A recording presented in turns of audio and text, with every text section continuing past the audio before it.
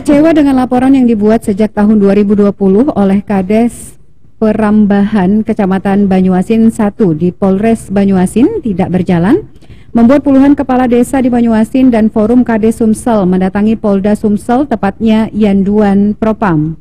Kedatangan para kades ini menurut kuasa hukum berawal dari adanya laporan polisi terkait kasus 363 dan 170 KUHP yang dilakukan secara bersama-sama. Namun laporan yang dibuat oleh Kades Perambahan tidak berjalan dengan semestinya, bahkan kini Basri selaku Kepala Desa Perambahan merasa terancam karena salah satu orang yang dilaporkan kembali berulah dan mendatangi Kepala Desa. Nah, disitulah Erwin berucap menantang seorang Kades, jadi bukan pribadinya Pak Basri lagi yang diserang, jadi institusinya Kades diserang.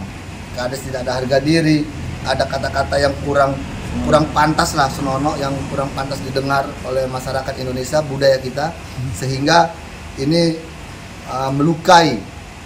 Makanya di sini ada forum Kades tingkat provinsi, ketuanya langsung. Di sini juga ada Kades, forum Kades tingkat kabupaten kota Banyuasin, sehingga forum Kades ini mereka merasa ikut bagian dalam hal ini.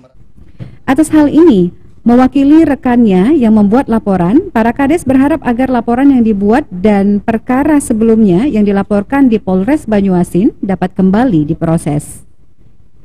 Firman Hidayat, PAL TV.